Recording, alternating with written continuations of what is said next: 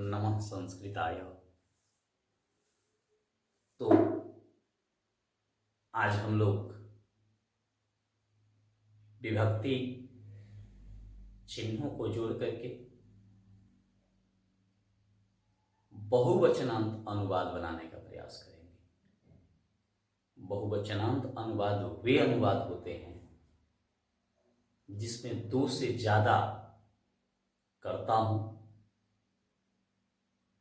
तो वहां बहुवचन का प्रयोग किया जाता है। और इससे पूर्व हम लोगों ने एक वचनांत और द्विवचनांत अनुवाद को सीखा है। तो आज हम लोग बहुवचनांत अनुवाद को अगर बना लेते हैं तो इसके बाद आसानी से हम लोग किसी वाक्य में चाहे एक वचन हो, द्विवचन हो या बहुवचन हो, आप लोग उस अनुवाद को बना सकते हैं। तो इसी को हम आगे बढ़ाते हैं और आज को आपको बहुवचन से अनुवाद बनाना सिखाते हैं। बहुवचन से अनुवाद कैसे बनते हैं, बहुवचन के अनुवाद जो होते हैं वह कैसे बनेंगे, आप लोग ध्यान देंगे, शायद समझ में आ जाएगा। जैसे देखेंगे,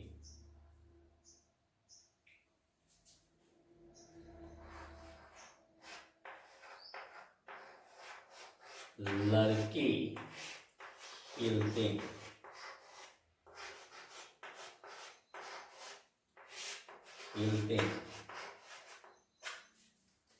यहां चिन्ह नहीं दिखाई दे रहा है, तो जहां कोई चिन्ह नहीं होता है वहां प्रथमा होती है, वहां ने अपने से हो जाता है। अगर आप चाहते कि लड़कों ने गेंद खेला तो यह भी बन सकता था, लेकिन अभी हमने बनाया केवल लड़के खेलते हैं। अनुवाद हो जाएगा आपका बालकाः खेलन्ति।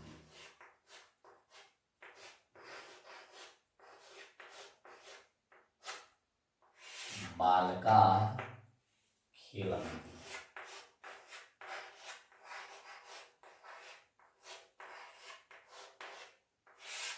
बालकाः खेलन्ति। अगर ने से करके आप बनाए लड़कों ने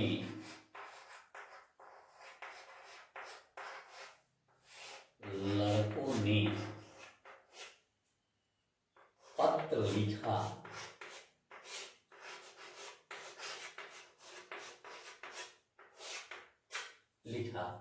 वही हो जाएगा बालकाः पत्रम। अब चूंकि यह भूतकाल है तो भूतकाल में होगा अलिखन।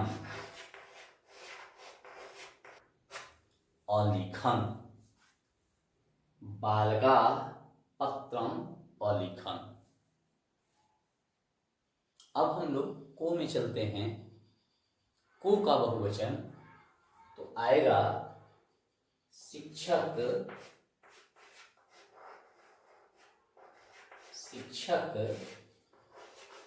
छात्रों को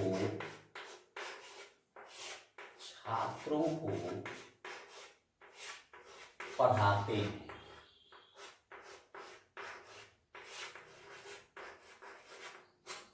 हैं।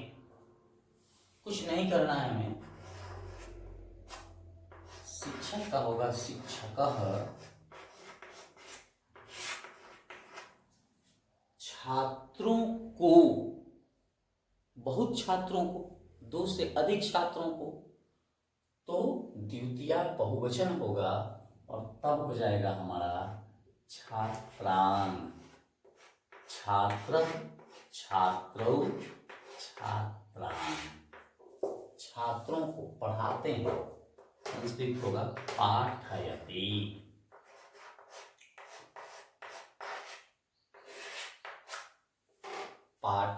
शिक्षकः छात्रान् पाठयति, बन गया।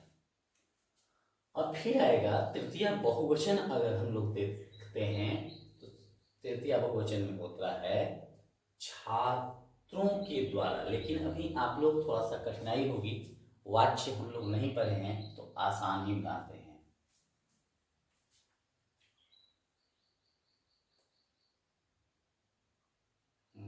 आसान आपके लिए होगा।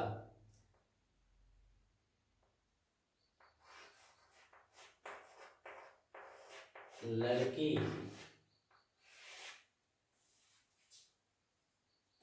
पुस्तकों से पढ़ते हैं।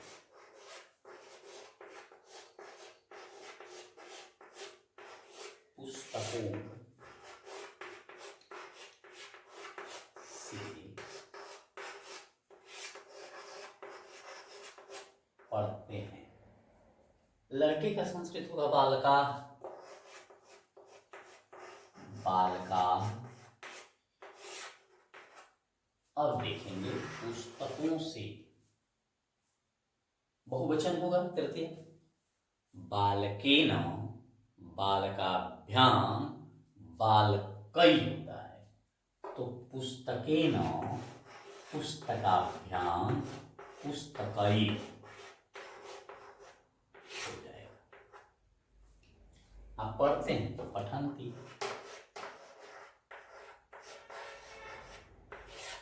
पठन्ति, पढ़ते हैं तो पठन्ति। तो ये तृतीया विभक्ति हमारा हो गया।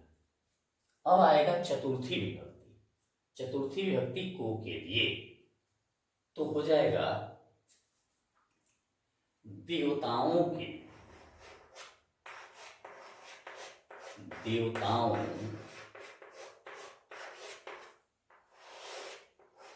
देवताओं के लिए फल, फल है। देवताओं के लिए चतुर्थी बहुवचन, बालकाय, बालकाभ्याम, बालकेभ्य। तो देवताओं के लिए है तो देवेभ्य,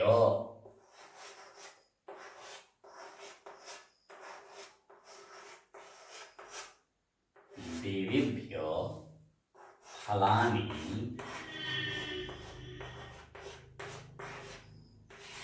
सन्ति, देवेभ्य फलानि सन्ति।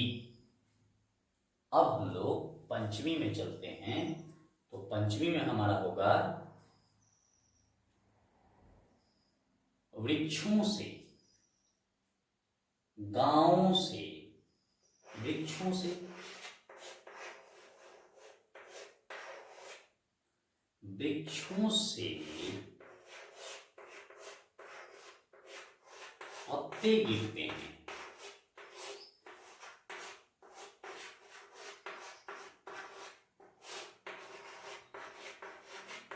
वृक्षों से पत्ते गिरते हैं, तो वृक्षों से है।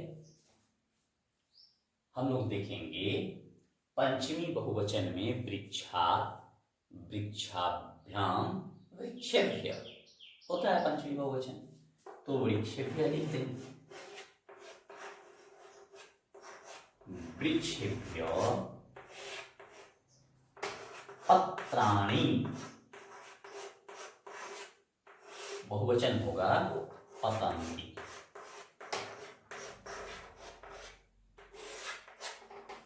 यहाँ बच्चे थोड़ा सा कंफ्यूज होते हैं, अस्पष्टता की स्थिति होती है, क्योंकि प्रायः मिलता है वृक्ष से पत्ता गिरता है, तो हम लोग वहाँ वृक्षात् पत्रम पतति लिखते हैं, लेकिन हमने यहाँ बहुवचन बनाया वृक्षों से। तो बहुत वृक्षों से निश्चित रूप से एक पत्ते नहीं गिरेंगे, बहुत पत्ते गिरेंगे, इसीलिए मैंने यहाँ भी बहुवचन लिखा और ये भी बहुवचन हुआ। तो वृक्षेभ्य पत्राणि पतन्ति। अब आएंगे षष्ठी में। तो षष्ठी में जब हम आते हैं तो देखते हैं कि पर्वतों का, पर्वतों का राजा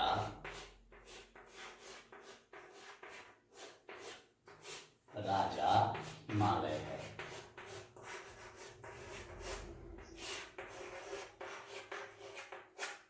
पर्वतों का, एक पर्वत का नहीं, पर्वतों का बहुवचन हो गया। का के की संबंध का चिन्ह है, इसलिए संबंध षष्ठी विभक्ति होगा। षष्ठी विभक्ति बहुवचन में बालका नाम होता है, इसलिए पर्वत का होगा पर्वतानाम। पर्वतानाम नृपः हिमालयः, कहीं चिन्ह नहीं है, इसलिए हम लोग लिखेंगे हिमालय। अस्ति भी लिख सकते हैं और वर्तते भी लिख सकते हैं। अस्ति या वर्तते दोनों सही है। अब चलते हैं हम लोग अधिकरण कारक की तरफ, यानी सप्तमी विभक्ति की तरफ अब हम लोग चलेंगे। तो लिखेंगे हम लोग वे लोग, बहुवचन हमें बनाना है। तो बहुवचन हम बनाएंगे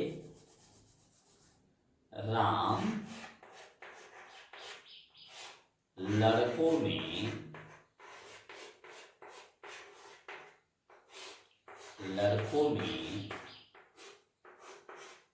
तेज है।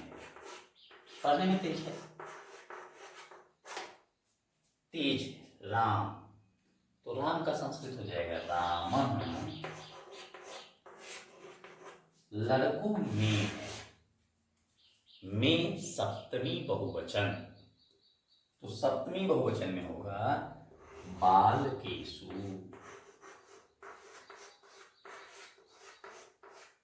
बालकेषु तेज का लिख देंगे मेधावी।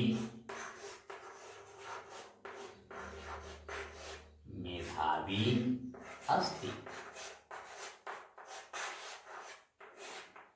अस्ति मेधावी अस्ति। अंतिम संबोधन कारक हम बनाएंगे अरे लड़कों। अरे लड़कों, अरे लड़कों तुम लोग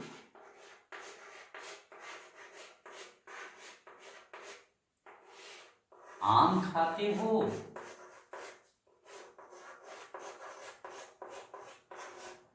आम खाते हो, आम खाते हो जाएगा हे बालका। हे बालका यूयम आम्राणी या आम्रम दोनों हो सकता है। आम्राणी या आम्रम। खादतः, खादत हो गया। तुम लोग आम खाते हो। आम्राणी बहुवचन इसलिए मैंने लिखा है कि तुम लोग है तो यहाँ बहुवचन होना चाहिए। हम चाहें तो एक आम में से भी खा सकते हैं, लेकिन आम्राणी लिखेंगे तो और अच्छा होगा। तो इस प्रकार से यह 8 कारक के अधीन चिन्हों के द्वारा बहुवचन में हमने अनुवाद आपको बताया। अगर इसको आप समझ जाएंगे तो एक वचन से अनुवाद बनाना आपने सीख लिया, द्विवचन से अनुवाद सीख लिया और बहुवचन से सीख लिया, तो आप कैसे भी अनुवाद को बना सकते हैं। अगले वर्ग में मैं आपको बताऊंगा जिन वाक्यों में एक से ज्यादा विभक्तियां लगी हुई हों, एक से अलग अलग वचन लगे हों, किसी शब्द में एक वचन हो, किसी में बहुवचन हो, तो उसका अनुवाद कैसे बनाना है, इसको मैं आपको अगले वर्ग में बताऊंगा। तब तक के लिए धन्यवाद। नमो नमः।